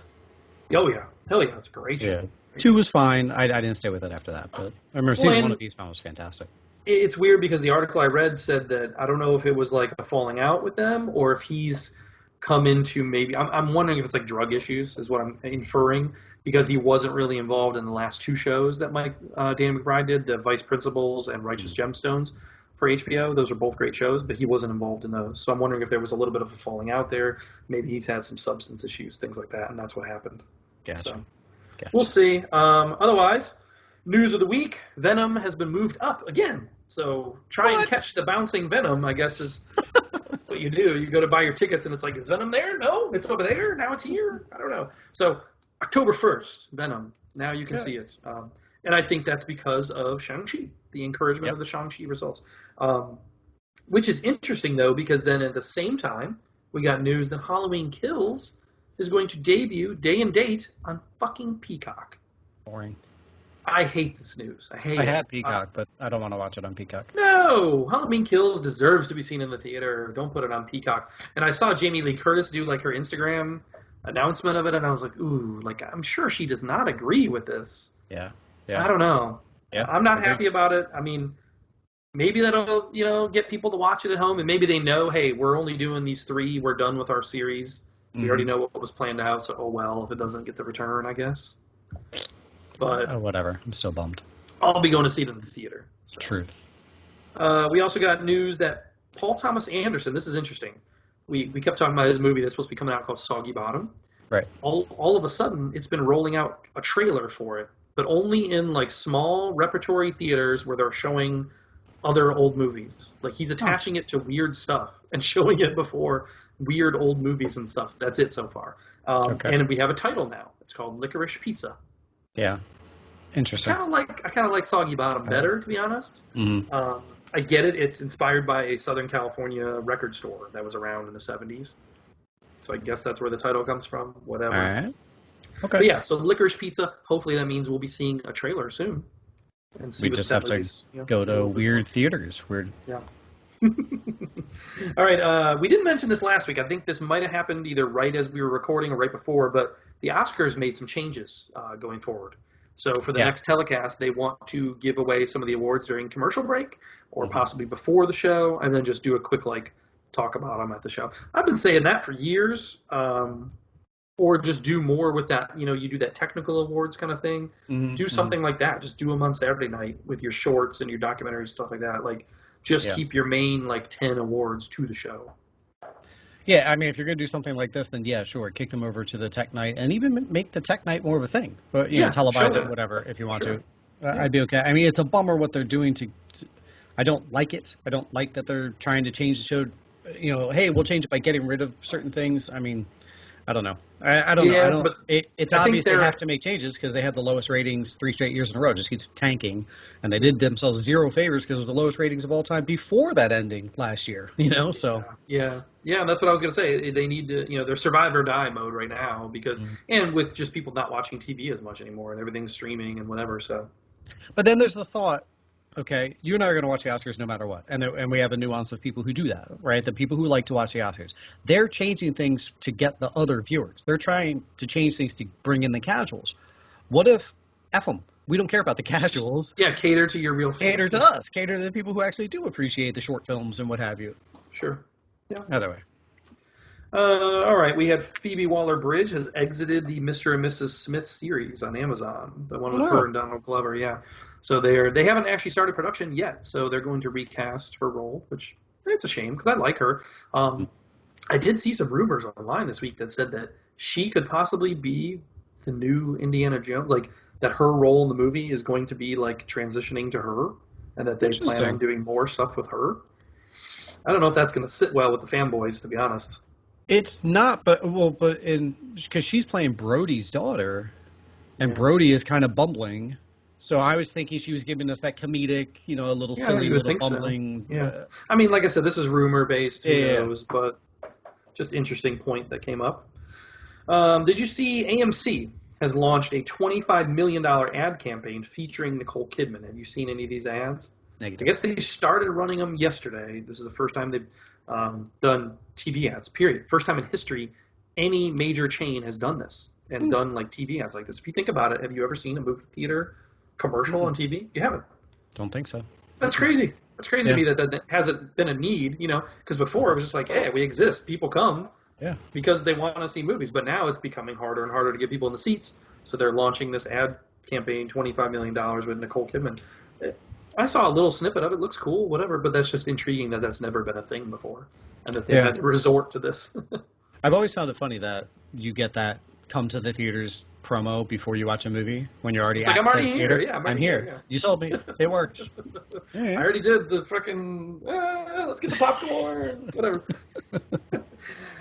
Christopher Nolan has been in talks with numerous studios about his next film, and he wants to do the Robert Oppenheimer story about the development of the A-bomb during World War II. Most notably for this is no Warner Brothers. He's moving away. He said, screw you guys after you screwed me on Tenet. Yeah. I'm going to go tell everybody else what I want to do and see who's the highest bidder. I'm in. Sounds like an intriguing movie. Yeah, it's got Cillian Murphy already attached, apparently. So Of course. Yeah, right. Yeah, they're a package deal, like in Dodgeball in 6th grade. Yeah. All right. Big change also coming at Paramount. The head of Paramount, Jim Giannopoulos, is out. He's 70-something years old, been there for a while. He is being replaced by Brian Robbins, who is actually currently the head of Nickelodeon, and he was part of what pushed that Paw Patrol movie, and that's been pretty successful. Yeah. So a lot of the articles I saw online were this is the death knell of old Hollywood. This was the last studio head who was kind of been there and represented that old Hollywood. And, everybody that's in charge of major studios now is pushing to streaming, that kind of stuff. So we'll see. We'll see if this is just a continuation of that shift and, like I said, maybe really the death of old Hollywood. Bummer. Don't like it. Okay. That was all I had for regular news, though. Do you have anything else? You have what I had. Let's move on to the DC discussion. I have nothing, so you talk. I've got one thing. Only one thing, and one thing cool is that they something leaked to the degree of that they finally finished restoring the Batman '89 car, so it's available for filming.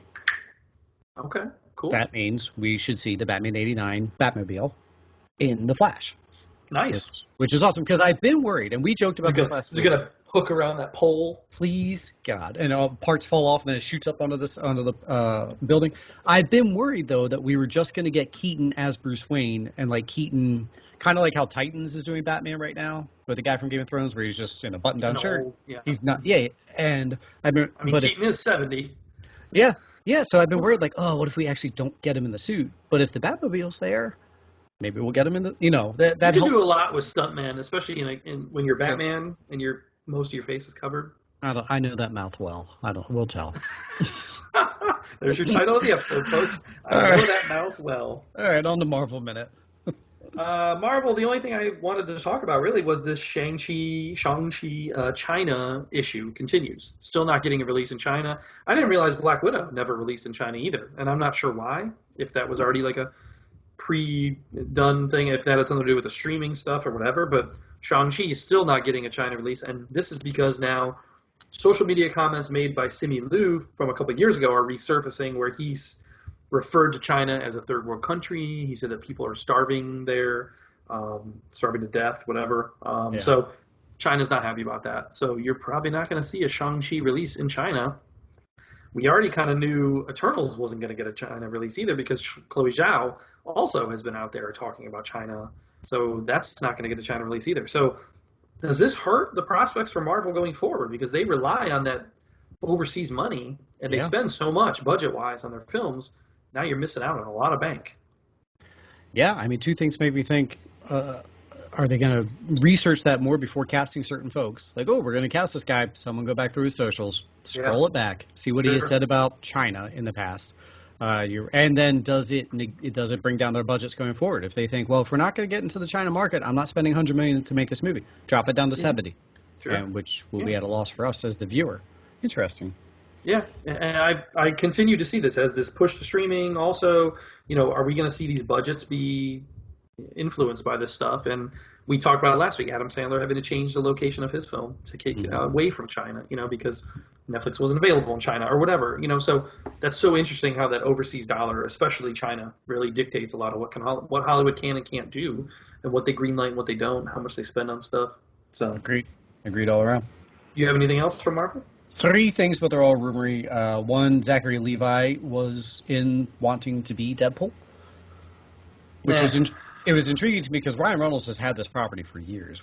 He's had this for a long, long time trying to make it. So I'm curious. He came out saying that he would have loved to have done that, but they're like, all right, so any other Marvel characters you want to be? And he's like, it'd be really cool to play Mr. Fantastic, to be Reed Richards. Yeah, it'd be really cool if I was one of the not memorable characters in Thor that gets killed off. Because wasn't that him? Wasn't he in that already? Exactly. Did he really? In the first I thought Thor? He was in, Oh, really? I thought he was in one of the Thors and he got killed off. Oh, never mind. Can't happen then. He can't be back in Marvel. The fanboys would never allow it. Batista has said that Drax is done after Game of Guardians 3. Yep, that one. That's cool. Guardians of the Galaxy Part 3. His character will be wrapped. Okay. Is he going to die? Whatever. I'm kind of done with that. I'm good. I'm glad that they're making it like, this is done. We're done with this. Maybe they'll continue it on in some form, but bring on new characters. There's more characters they can bring into the Guardians. True. Last thing I have is not. Oh, go ahead. I was going to say, interesting. We were just talking about Ryan Reynolds a minute ago. Did you see that number 10? I think this week, maybe it jumped up on Netflix, most watched. Did you see what it was? Green Lantern. Shut up. Because it got put on Netflix. Somehow it got in the top 10. I was like, really? People are just discovering this turd now? Why is it on Netflix? Should it be on HBO? They put it on Netflix, and then it was in the top 10.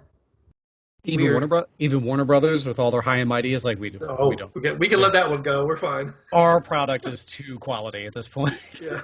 Right. That, and I also saw this week some footage of Squirrel Girl. Did you see that? They finally released They actually had filmed some stuff with Milana Weintraub, whatever her name was, doing Squirrel Girl for that show she was supposed to do. I was like, oh man, like I thought she looked kind of cool, and I kind of want to see that. Bummer. Yeah. Bummer. Oh well. The only other thing I have was there's a new record for comic book sales. Okay. Broke the record. Most expensive. Batman? Do you want to? Nope. Not Bat. We're in Marvel, so that'll give you a hint. Oh yeah. I don't know. Some Spider-Man. Avengers shit. Oh, okay. Amazing Fantasy number 15, first appearance of the Spider-Man. Want to venture a guess what it sold for at auction? $3.6 million. Shut the fuck up! You saw the thing. No, they didn't. That's the exact number. Really? I should do this as a job. $3.6 million. That's the awesome. Highest selling comic book of all time. It broke the Action Comics #1 that Superman held for a while. 3.6. Somebody bought it for. First appearance of Spider. Yep. That's insane. $3.6 million for a book they'll never read. It's Tobey Maguire, and he's doing that crying face. On to going forward. All right, going forward for this week. Let me just preface this. I did want to watch that Come From Away on Apple. I didn't get around to it. So hopefully next week we'll get a chance to talk about that. I would like to catch up with that one. As well as, I just want to remind you guys, Scenes from a Marriage dropped on HBO, so we'll hopefully have a first take on that, as well as Why the Last Man drops tonight as we're recording. So I want to have a first take on both of those things for next week, and maybe Come From Away if I can catch up with it. But new stuff for this week. We've got Nailed It is returning on the 15th, so we're getting more episodes of that. That's always good. I don't feel like I need to review it or talk about it, but it's a great show. So watch Nailed It if you haven't. We're also getting the Brooklyn Nine-Nine finale. The whole show is done Series, this week. right? Yes. So I will hopefully give a little bit of a review next week on that and just kind of send it off into the ether. A great show. I have watched the clip of the lineup when they sing I Want It That Way. Yeah, I've watched that an unhealthy amount of times. Oh, I've watched some Holt reaction stuff an unhealthy amount of times because I love him. But that show is phenomenal, and my kids started watching it. They binged the entire show and have caught up to it now, so they're watching it with me. And they said they like it better than The Office or Parks and Rec. They think it's a better show. Ooh, so that's high praise from them. Sure. Theatrically this week, we're getting Prisoner of Ghostland, which is the Nick Cage thing. I think that's a very limited release, as well as Eyes of Tammy Faye. So, yeah. Spoiler alert, I don't see either of them taking #1 at the box office. We'll probably be talking about Shang-Chi again as #1 next week, which is good, though, because it really doesn't get any competition until Venom. I think even the following week is really not a great release week. So. Sure. Okay. Nice. And then also, Cry Macho is coming out, which is theatrical, but also HBO. So that probably won't do great at the theater either. And if I watch it, it's going to be HBO for sure. So Same. We may have a review of that next week. We'll see. The Emmys are this weekend. We're not going to be able to talk about it on next week's show, though. Due to recording, when we record stuff, we'll probably push that off and talk about the following week. But if you want to watch the Emmys, they are this weekend. If you're a Dan Brown fan, The Lost Symbol, the show The Lost Symbol, is coming on Peacock.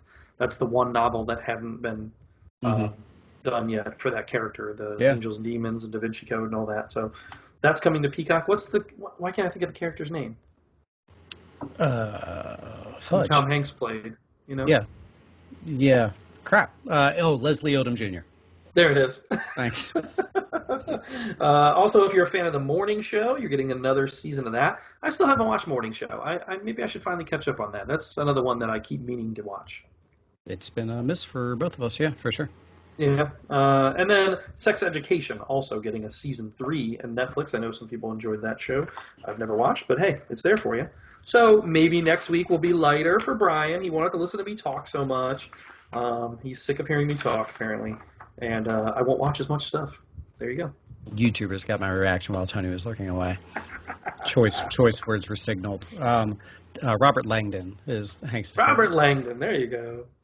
But we know that Roy Kent is a fan of the Dan Brown books. Is he? Oh, yeah. Did you see this week's? He was reading Da Vinci Code. That's right. For my money, folks, we will have a Ted Lasso Season 2 review when it's all done. We'll do the whole thing. For my money, this week's episode, maybe the best of the entire series. Absolutely. Really? Okay. Oh, I loved it. Yeah. I did like it. My problem was actually maybe it was because I lost a little momentum on it. I was really into it, and I had to stop it and watch the last 10 minutes later. So it lost a little momentum for me. And sometimes that can, I like the Christmas episode better. I still stand by that one. I had a lot of fun with that, or the rom-communism. But this season is really good. It's just getting a little dark, I guess, the last couple episodes, which I don't necessarily love. We'll see. We'll see how it goes. We got, 4 more weeks, right? Yeah. Best Christmas in August episode I've ever watched in my life. Of Ever. course. Easily. I will probably be done with clickbait by next week. Oh, okay. I've seen it. people talking about this show like crazy, so I am intrigued to hear what you have to say. Okay, so the middle ones sucked ass. The last 2 eps were like, all right, neato, whatever. We'll be wrapping clickbait by end. So if anybody's watching it, jump on and I'll at least give you that wrap up. That's on Netflix right now. For Take Two podcast stuff, going forward Thursday, of course, you get the poll. That's going to drop on Thursdays. If you don't mind sharing that to your own socials, that would be swell. Help everybody vote. Come on out there and boost those numbers. Should be a good time. And then this weekend, we get a new spotlight of an actor who has done some independent films. He's been in Star Wars, and he has been in Marvel. And we can't wait to see him doing some more things going forward. We are both gigantic fans of his, and I'm looking forward to that one. Yeah, I want to see him pick up some statue time eventually. I did forget to mention there. I saw an ad for a new show coming on FX. I didn't even know about. It's called The Premise, and it's by B.J. Novak. Is like the one who did it, the guy from The Office. Okay. And it's John Bernthal. So I was like, oh, John Bernthal's in this. I don't know what this is. So I may check this out. Caitlin Deaver's in here. Lucas Hedges, Ben Platt, Daniel Day Kim, Tracy Ellis Ross. O'Shea Jackson Jr., Bo Bridges, Boyd Holbrook. So a bunch of people are in here. It's a half-hour anthology series. So I might try that out and also have like a first take on that next week. Thank you guys for listening. Follow us across the board on all of the socials for episode 257. Have a great night, everyone. See ya.